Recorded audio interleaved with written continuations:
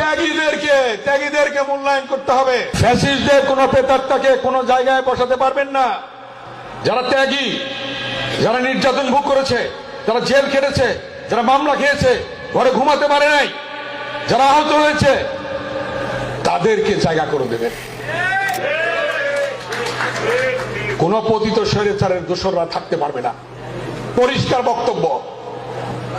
যদি ডকুমেন্ট সহ দেখাতে পারেন কেউ রাখছে, আমরা সাথে সাথে যে রাখবে তাকে সহ আমরা এই ব্যাপারে সিদ্ধান্ত গ্রহণ করব, এবং সিদ্ধান্ত গ্রহণ করে আমরা আমাদের ভারপ্রাপ্ত চেয়ারম্যানের কাছে পাঠাবো। কথাটা বুঝতে পেরেছেন আপনারা? আমরা সেভাবে কাজ করব। আপনারা কি রাজি না এইভাবে কাজ করতে? ত্যাগীদেরকে মূল্যায়ন করতে হবে, এবং যাদের পদ নাই, ছাত্রদল, যুবদল, স্বেচ্ছাসেবক দল, মানুষ বাবু কিছুই জানি না, এই এদেশের রং তামাশা কিছুই বুঝি না, মূল্যায়ন করতে হবে। মানুষ বাবু কিছুই জানি না। নেতা কর্মী আজকে যিনি দক্ষিণে, আজকে যিনি দক্ষিণেতে, কালকে তিনি বামের। 17 বছর আজকে যিনি দক্ষিণেতে, কালকে তিনি বামের। আজকে যিনি তেরঙ্গাতে, কাল ভক্ত রামের। অনেকেই পুরাণ হতে পারেন, তারা যদি এখন সামনে আসতে মিউজিক্যাল চেয়ার বানায় ফেলছে, আসতে পারবেন না।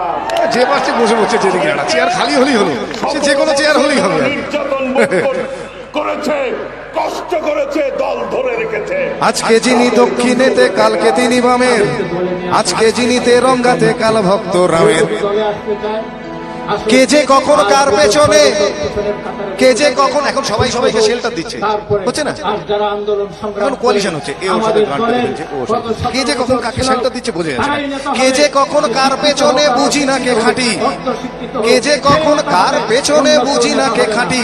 আসলে আসলে সবাই সবার পেছনেতে, সবার হাতেই কাঠি।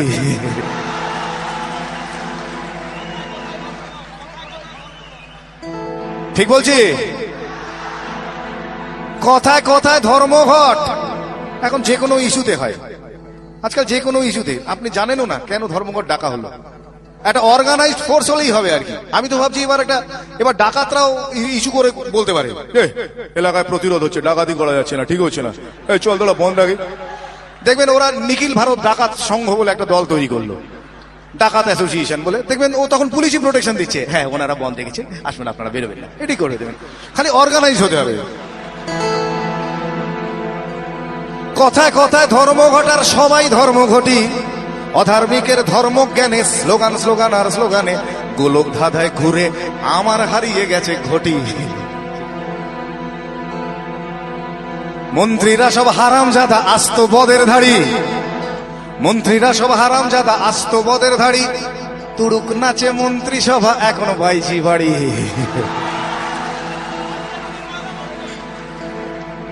আজকে যিনি কয়লা মন্ত্রী, আজকে যিনি কয়লা মন্ত্রী, কালকে দেখেন শিক্ষা। মানে স্পেশালাইজ করার দরকার নেই, কয়লা বুঝো শিক্ষা বুঝলো, কোনো ব্যাপার না, এটা একটা ব্যাপার। আসলে মন্ত্রিত্বটা চাই। হ্যাঁ, মানে কয়লা শিক্ষা কি পার্থক্য? আসল তো ব্যাপারটা জনগণকে সার্ভ করা নয়।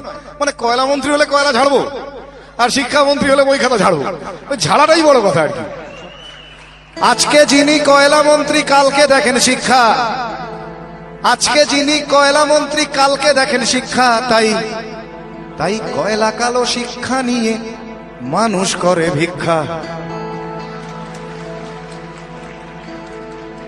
আর মানুষ চালাও মাথা মোটা।